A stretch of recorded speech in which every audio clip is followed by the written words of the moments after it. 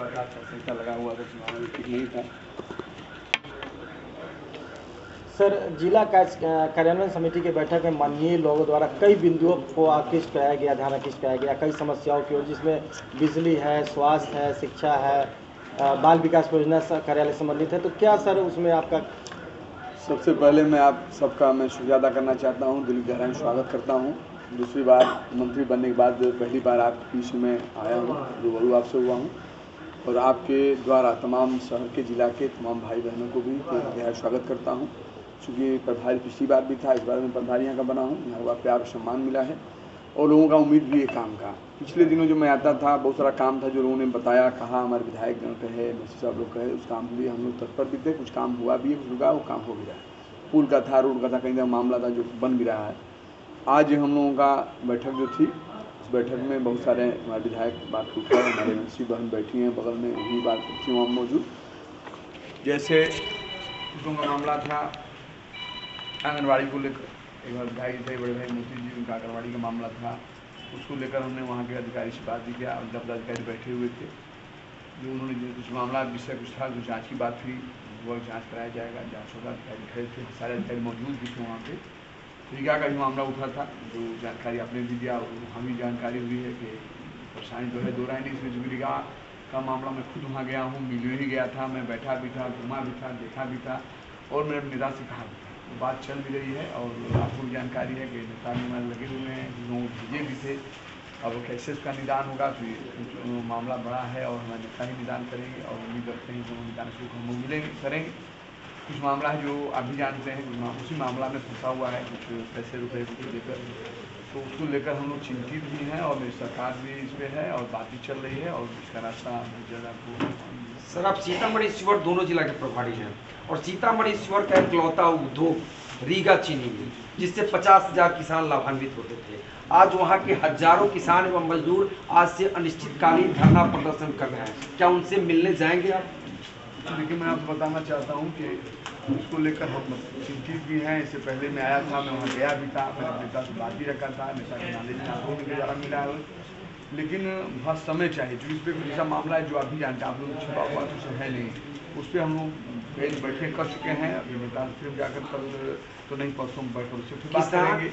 किसान एवं मजदूरों का कहना है कि बिहार सरकार एक सॉफ्ट लोन 50 करोड़ या 100 करोड़ रुपया अगर दे देती है, जिससे 50,000 किसानों का भला होगा और रीगा चीनी मिल चल जाएगा तो सारा बकाये का भुगतान भी होगा।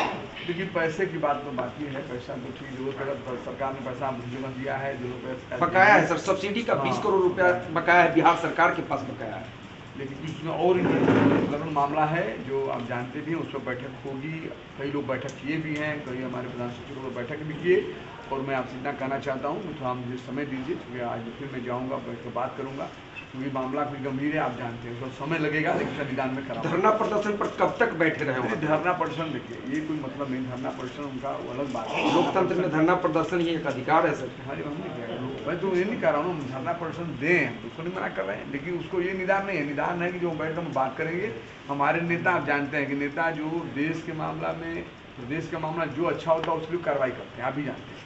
पर देश 17 साल 18 साल उनके हाथों में, आपने देखा होगा, कहीं भी किसी को नहीं चाहते कि दुख हो, हमेशा चाहते हैं कि सब मुस्कुराता रहे।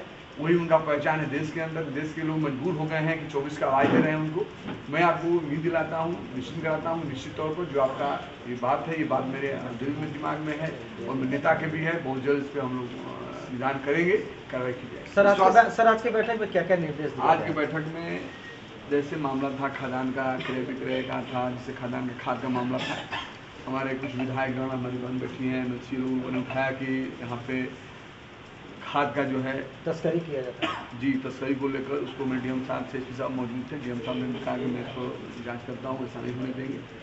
वहाँ खाद का केंद्र के लिए यहाँ भी बात हुआ, केंद्र के लिए हमने कहा कि ठीक है, उसको भी हम कराते हैं यहाँ पे। धान को उन्होंने कहा कि जो क्रय होता है सही मूल्य नहीं मिल पाता है, कुछ ऐसे लोग हैं जो पैक्स लोग बने हैं, उनको कालाबाजारी कर दी जाती है, लेकिन ऐसा हम नहीं होने देंगे। मैंने डीएम साहब इसमें दो राय कहने में नहीं है, तो आप भी जानते हैं डीएम साहब सक्रिय रहते हैं, काम करना चाहते हैं और तत्पर रहते हैं और गलत को बख्शेंगे नहीं, भी पूरा उम्मीद है डीएम साहब पर और डीएम साहब कार्रवाई करेंगे। तो ऐसे लोग इस बार पिछली बार क्या हुआ नहीं मालूम, इस बार मैं आपको वादा करता हूँ कि महीना दो मैं खुद आता रहूँगा, ये नहीं होने दूंगा और डीएम साहब भी हमारे नहीं होने देंगे, और जहाँ ऐसा रिपोर्ट मिलेगा कोई अधिकारी होगा कार्रवाई की जाएगी। सर चिकित्सकों की कमी की बात कही जा रही थी जिले में। सही बात है आपने कहना, चिकित्सकों की कमी की बात थी, तो इसमें आप जानते हैं पिछले में कमी थी, अब ये बहाली शुरू हो गई है, बहाली होगी बहुत जल्द, इस पर हम लोग यहाँ भी डॉक्टर को भेजेंगे।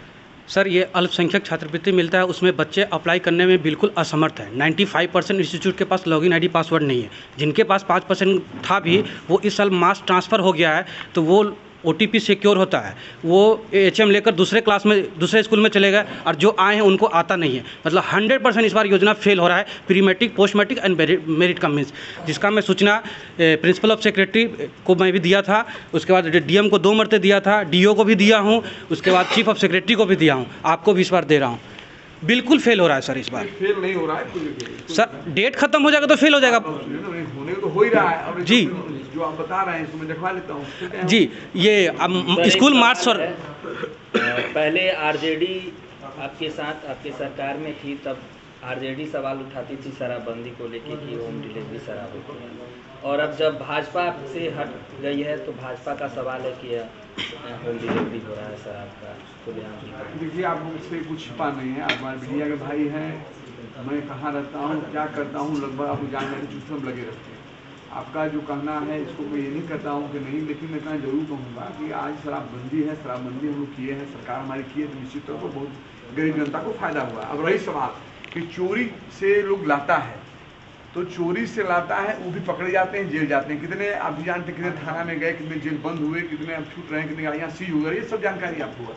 मैं इतना आश्वस्त करूँगा कि जो आज जब से हमारे सरकार में हमारे नेता ने जब से शराबबंदी सबको लेकर बैठक करके उन्होंने किया, उस शराबबंदी से सबको आवाम को फायदा हुआ है। अब रही सवाल के मैं इतना तो कहूँगा मेरे भाई, जब से हम सब लोग सुधरेंगे ही तब से हमारा देश नहीं सुधरेगा। आप जानते हैं कि मुझे मान मैं हूँ, मेरे ही परिवार को या संगी साथी मेरा करे और मैं जानकारी न दूँ तो ये भी गलत है। तो सब जितने लोग हैं अगर मुहिम छेड़ लें कि नहीं हम अपने गाँव में नहीं होने देंगे, अपने परिवार में नहीं होने देंगे, नहीं पीने देंगे, तो निश्चित तौर पर कामयाब हो जाएगा। अब सरकार गंभीर है, हम लोग गंभीर है भाई, कहीं ना कहीं खुद ऐसे लोग हैं जो काम करवा रहे हैं, ये लोग पकड़े भी जा रहे हैं, गाड़ियाँ कितनी कई हजार लाखों सीज हुई है, लोग पकड़े गए, जेल गए हैं। अब जो आपका क्या नाम है बॉर्डर लाइन पर कहीं गए, उसके लिए हम जांच कराते हैं, कई गाड़ियाँ आपके जानकारी में पकड़ी गई है। और आपने देखा होगा कि किसी देश में कानून बहुत मजबूत है, बहुत सारा देश है, उसके बाद भी वहाँ अपराध हो जाता है, चोरी चमारी हो जाती है, सब होती रहती है, लेकिन परसेंटेज देखिए, जब सरकार बनी, जब से हम लोग संकल्पित हैं, तब तक शराबबंदी का निश्चित तौर पर फायदा हुआ है देश को। कहने को तो कोई कुछ भी कहेगा, जो देखिए आज एक सीट चाहिए, सीट उनको मिल जाएगा, सब बढ़िया ओके हो गया। आप ये देखिए परसेंटेज देखिए, जब हमारी सरकार या हमारे नेता ने काम संभाला है, आप खुद सोचते होंगे कितना फायदा पूरे जनमानस को बिहार के लोगों को हुआ है। सर, जेल में शराबियों का संख्या ज़्यादा है और यहाँ के जेलर भी कहते हैं कि अधिक संख्या हो गया है, जिसके वजह से बहुत सारे जेलर कैदी को बाहर भेजना पड़ता है। तो इसके लिए अतिरिक्त कोई व्यवस्था होगा या फिर इसी में ऐसे ही चलेगा?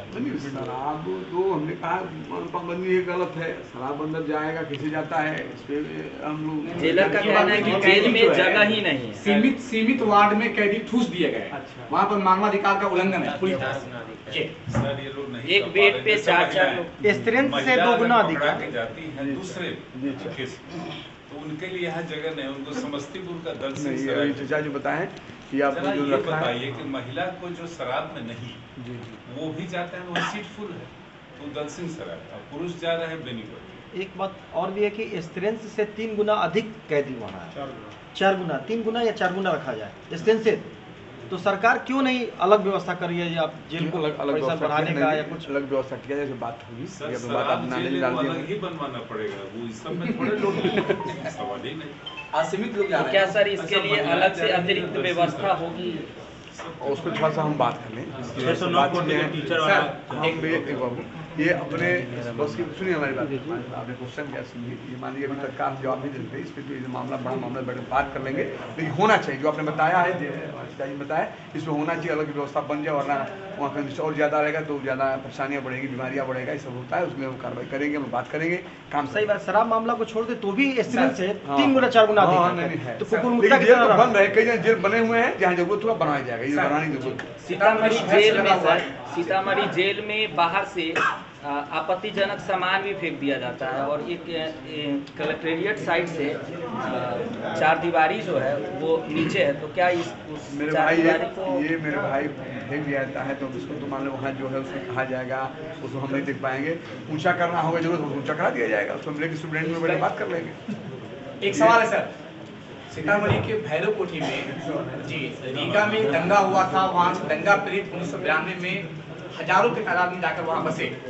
योजना आयोग कहाँ से बहुत सारे लोग आते हैं, निरीक्षण होता है, स्कूल कॉलेज ये वो सब कुछ देने की बात होती है। अब तक वहाँ पर बहुत गरीबी है, बहुत लाचारी, बहुत बेबसी है। 1000 परिवार है रीगा से आए हैं, वो भैरव कोठी लीची बागान में रहते हैं। उनका अब तक कुछ नहीं हो सका, वही जहालत, वही गुमराही और वही पिछड़ापन है उनके साथ। भैरव कोठी में कितने लोग हैं? 1000 परिवार, 1000 परिवार है जो 1992 में विस्थापित होकर के भैरव कोठी लीची बागान में बसे। हमारे नॉलेज में आ जाए। आप अल्पसंख्यक मंत्री हैं इसलिए पूरी बात सुन रहे हैं। ये पहली बात आपने रखा है, जानकारी नहीं थी। पहले हम गए होते, आज के बाद 1 महीने के अंदर मैं फिर आऊँगा, मैं वहाँ खुद चलूँगा, उनसे मिलूँगा और मिलने के बाद जो जरूरत होगा, क्योंकि सरकार गंभीर है, आप जानते हैं, अल्पसंख्यक हो या गरीब भाई हो या मेरे SC के मेरे भाई हो, शिक्षा के मेरे भाई हो, सब व्यवस्था की जा रही है, पढ़ने की व्यवस्था की जा रही है, खाने की रहने की व्यवस्था की जा रही है। उनके पास नहीं होगा तो मैं आपकी वादा करता हूँ, मैं चलूँगा और देखूँगा, ऐसा होगा तो मैं व्यवस्था बनाऊँगा। अगर जरूरत हो उनके पास रहने की व्यवस्था नहीं है तो मैं ज़मीन दूंगा, अगर ज़मीन है तो मकान बनेगा, और नहीं तो पढ़ने की व्यवस्था मैं करूँगा। मैं जाने के बाद मैं निर्णय लूँगा, मैं आपके साथ अगले मीटिंग में आऊँगा तो मुझे आप लेकर चलिए, मैं जाऊँ। 609 कोटी के मदरसा टीचर कई शिक्षक मर जाएंगे तब सैलरी दीजिएगा? नहीं, उससे नहीं मिलेगा, उसमें कोर्ट में मामला चला गया था, इसलिए दिक्कत थी उसमें, लेकिन उससे बात चल रही है। अभी आज के 1-1.5 महीने पहले माननीय मंत्री जी से बात हुआ, जो नए मंत्री हुए, और CM साहब को मैं लिख कर दिया हूँ, नॉलेज में मेरे है, और मालिक ने चाहे इंशाल्लाह बहुत जल्द 1-2 महीना 3 महीने तक हम करा। अभी कल परसों उर्दू डे गुजरा है, राज्य सरकार कहती है कि दूसरी भाषा है, लेकिन DPRO जब प्रेस रिलीज जारी करते हैं सिर्फ हिंदी में क्यों करते हैं, उर्दू में क्यों नहीं? दोनों होना चाहिए, एकदम होगा। जानकारी में दिया, मैं भी से बोल रहा हूँ। 70% भवन पे उर्दू नहीं लिखा हुआ, सरकारी भवन पे। चलो लिख जाएगा, डाल दीजिए। सर एक सवाल ये है कि जल्दी मदरसा जल्दी लगा ली, जल्दी हो जाए।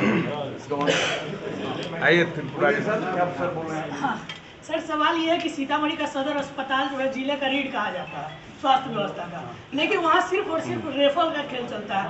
किसी भी छोटे छोटे चीज़ों के लिए वहाँ पे इलाज बेहतर नहीं हो पाता, जबकि भवन सब कुछ है, बेहतर सुविधाएं हैं, लेकिन वहाँ पे जो है महिलाएं अगर आती हैं तो सिर्फ रेफर, केवल और रेफर तो हो रहा है। नहीं सर, सर्जन भी नहीं है सर, वहाँ तो सर्जन भी नहीं है।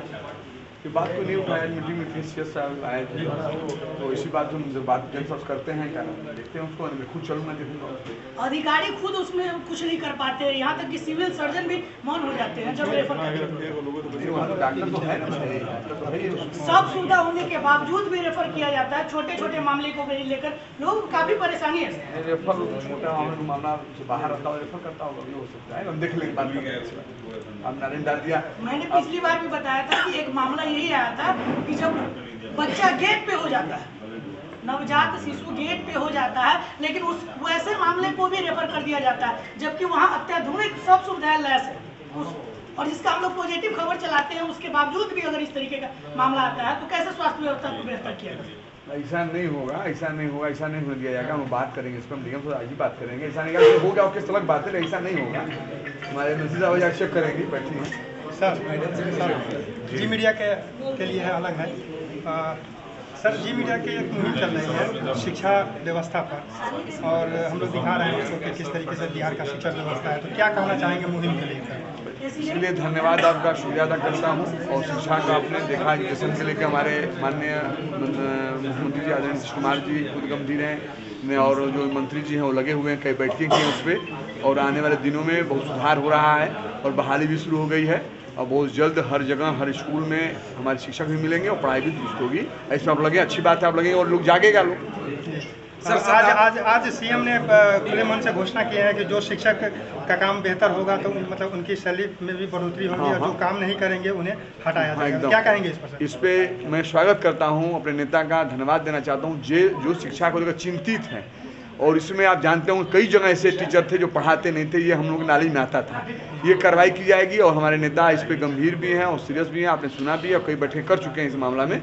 जो टीचर पढ़ाएगा नहीं और स्कूल में नहीं रहेगा उस पर कार्रवाई की जाएगी।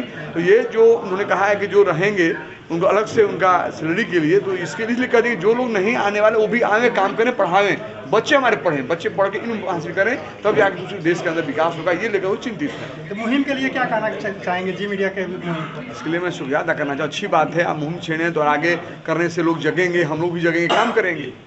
सर अल्पसंख्यक छात्रा को बेगम हजरत महल स्कॉलरशिप अलग से दिया जाता है, लेकिन उसको 9th 10th 11th 12th को दिया जाता है, लेकिन 9th 10th और 11th के लिए मार्कशीट किसी भी स्कूल नहीं प्रोवाइड करती है, जिससे वो महिला लड़कियां वंचित रह जाती हैं।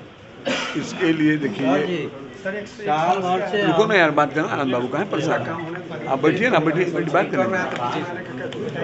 हाँ, मार्कशीट प्रोवाइड नहीं किया जाता है, नहीं किया जाता है, नहीं किया जाता है। बात समझिए, मैं 100 लोगों से मिल चुका, 100 से, और मैंने झेला है ये पूरी बात तो सुनो आप भाई। जो आपका नहीं किया, इसके लिए हमने एक बार प्रधान सचिव से हमने कहा भी था और 1 हफ्ता के अंदर उस बैठक, हम 2-3 बैठक इस पर भी करना और भी चर्चाएं करना है इस पर लेकर। लॉगिन आईडी पासवर्ड लेने ही नहीं जाता, बोलता हमारे पास कोई आदेश नहीं है। अच्छा चलिए बात करेंगे। ठीक है। 87 साल का व्यक्ति